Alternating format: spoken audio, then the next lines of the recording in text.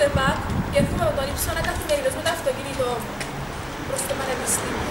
Κατ! Χωρίς άλλο ρε φίλε! Πανεπιστήμιο. Πετάσουνε τα μαγιά σου. Ναι, κατ! 3. Πλάνο 2, λήψη 3. Πλάνο 2, λήψη 3. Ξανά. Ξανά! Αφού δεν ακόπτω!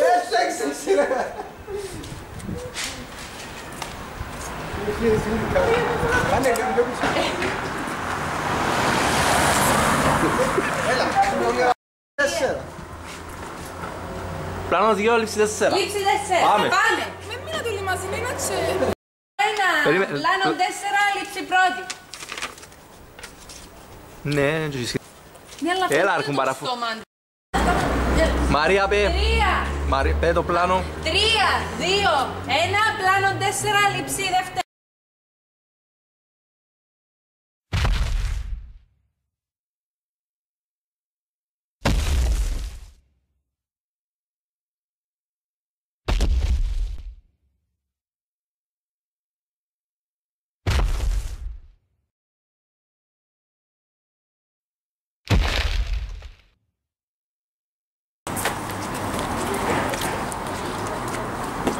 Ω, έτσι όλα παιδιά. Πάνε να τραβήσουμε ταινία. Α, κάνετε το βίντεο. Ναι. Μια σταθερή κάμερα που το κάνεις έτσι τώρα. Είναι έτσι που πρέπει να κρατάσεις σου, Είμαι φοιτητές στο ΤΕΠΑΚ και λόγω της κυκλοφοριακής δυσφόρησης. Πέ. 3, 2, 1, λήψη πρώτη, πλάνο πρώτο, λήψη πρώτη.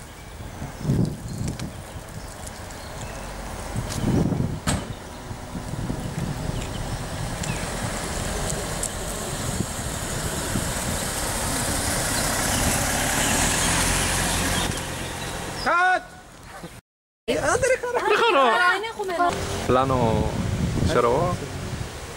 Τα πλάνο είναι. Πλάνο 6. Τώρα είναι πολλά. Στην τρελή νοριά, τώρα που τα νιάτα σου είναι όλα. Και εδώ βρισκόμαστε στη αυλή του ΤΕΠΑΚ.